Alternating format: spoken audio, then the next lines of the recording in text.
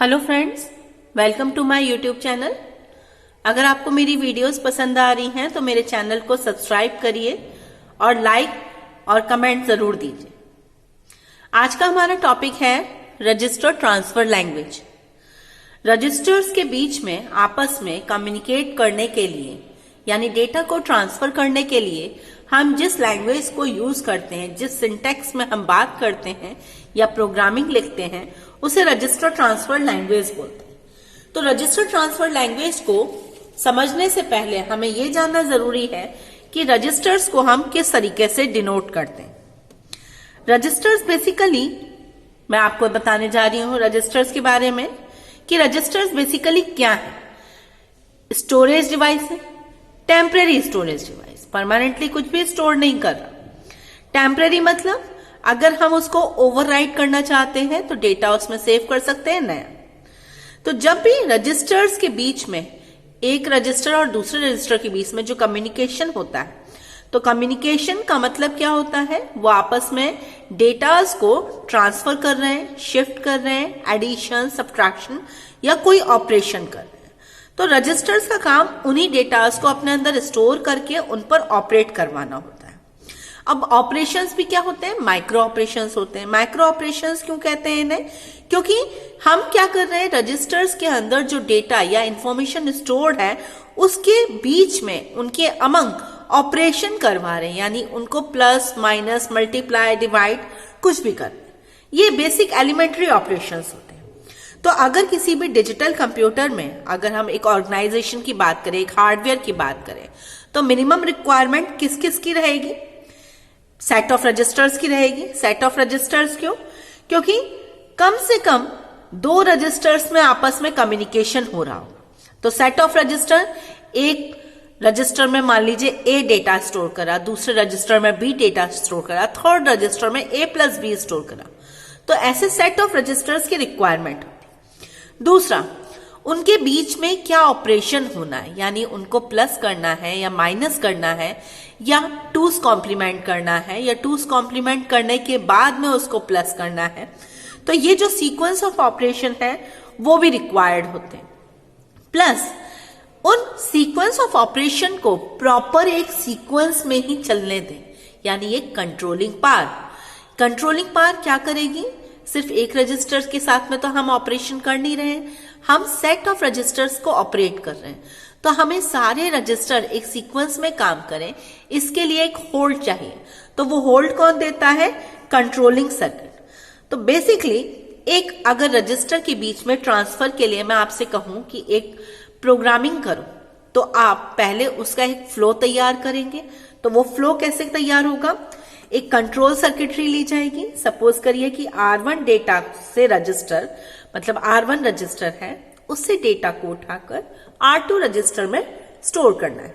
तो कैसे होगा, हम क्लॉक पल्स दे देंगे। क्लॉक पल्स देते ही ये रजिस्टर्स कौन से होते हैं, शिफ्ट रजिस्टर्स, यानी डी फ्लिप फ्लॉप टाइप के रजिस्टर। तो क्लॉक पल्स की रिक्वायरमेंट तो है ही, ये सीक्वेंशियल काइंड ऑफ रजिस्टर है। तो जैसे ही क्लॉक पल्स दी, वैसे ही क्या करेगा, R1 का डेटा R2 में जाएगा। नहीं, ऐसा सिर्फ नहीं होगा। क्यों, क्योंकि ये जो पूरी कंट्रोलिंग सीक्वेंस है कंट्रोल सर्किटरी से चलती है। तो ये कंट्रोल सर्किटरी को क्या करना पड़ेगा, अपने P आउटपुट को 1 बनाना पड़ेगा।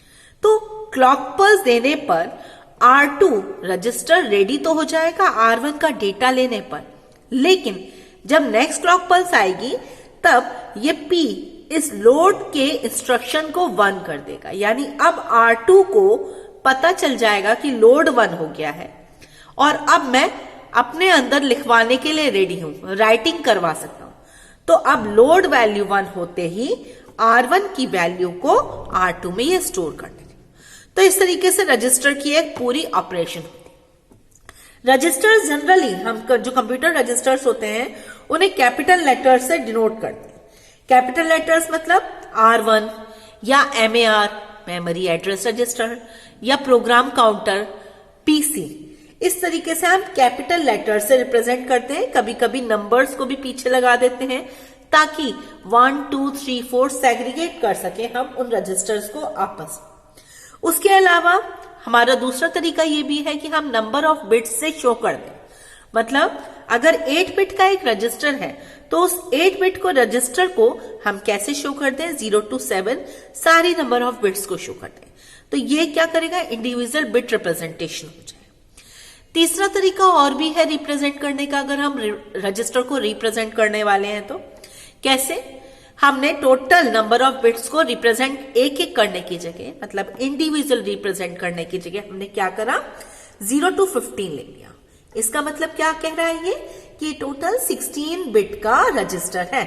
इस 16 बिट के रजिस्टर को हम चाहें तो एक साथ रिप्रेजेंट कर सकते हैं, यानी ये LSB और MSB दिखा के, LSB कितना है 0, MSB कितना है 15, तो टोटल रेंज हो गई 16 बिट की। या फिर हम चाहें तो इसको डिवाइड करके हायर ऑर्डर और लोअर ऑर्डर भी ले सकते हैं, जैसे कि इसमें किया है।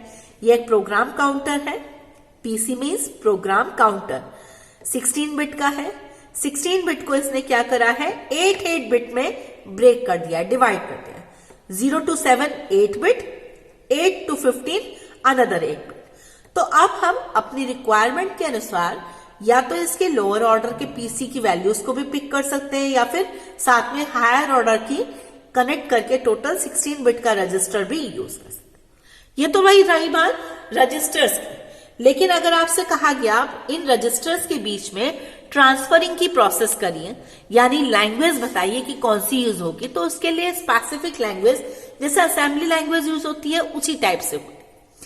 रजिस्टर ट्रांसफर लैंग्वेज बेसिकली एक सिंबॉलिक रिप्रेजेंटेशन है जिसका यूज करते हैं हम रजिस्टर्स के अमंग माइक्रो ऑपरेशन के सीक्वेंस को ट्रांसफर करने के लिए। माइक्रो ऑपरेशंस हो सकते हैं हमारे कौन कौन से, plus, minus, shift, increment, decrement, complement, यानी कोई भी अर्थमेटिक, लॉजिकल या शिफ्ट माइक्रो ऑपरेशंस हो सकते हैं। रजिस्टर्स को अभी मैंने बताया कैपिटल लेटर्स के थ्रू रिप्रेजेंट करते हैं, A, R1, R13, IR stands for instruction register.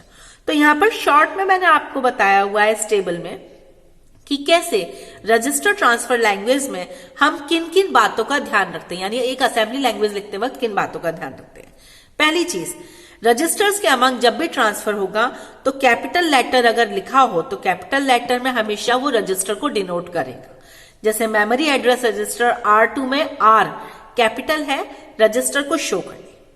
जब उसी लैंग्वेज में पैरेंथेसिस आ जाएगी तो पैरेंथेसिस का मतलब होगा कि हम रजिस्टर एक बड़ी लेंथ का था और उसके कुछ पोर्शन को यूज कर रहे हैं, यानी denotes a part of register.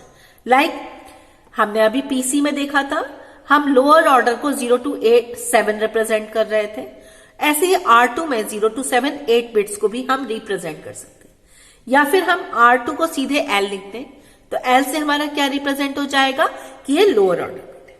इसी के बाद एरो, अगर एरो आता है किसी प्रोग्राम लिखने में तो एरो का मतलब यही होगा कि हम किसी सोर्स से डेस्टिनेशन की तरफ इंफॉर्मेशन के ट्रांसफर की रिगार्डिंग बात कर रहे हैं, यानी ये denotes transfer of information from source to destination. R1 क्या है, सोर्स, कहां ट्रांसफर हो रहा है R1 का डेटा, R2 में, यानी डेस्टिनेशन जा रहा है। कॉमा लगाने का यूज इतना होता है कि अगर हमें कोई दो माइक्रो ऑपरेशन को सेपरेट करना है एक दूसरे से तो हम कॉमा लगा के कर सकते हैं। जैसे यहां पर दिया हुआ है पहला कि R1 का डेटा R2 में ट्रांसफर हो रहा है, कॉमा करके लिख दिया, उसके बाद R2 का डेटा साथ के साथ R1 में, यानी स्वैपिंग की प्रोसेस होती है। तो ये ओवरऑल किसी रजिस्टर्स के अमंग ट्रांसफर करने के लिए लैंग्वेज में यूज होता है। इन सिंबल्स और इन नोटेशंस का ध्यान रखते हुए ही हम रजिस्टर्स के ट्रांसफर की प्रोसेस करते हैं। आज के लिए बस इतना ही। आगे मैं माइक्रो ऑपरेशंस और उनके हार्डवेयर के रिलेटेड आपसे डिस्कस करूंगी। Thank you.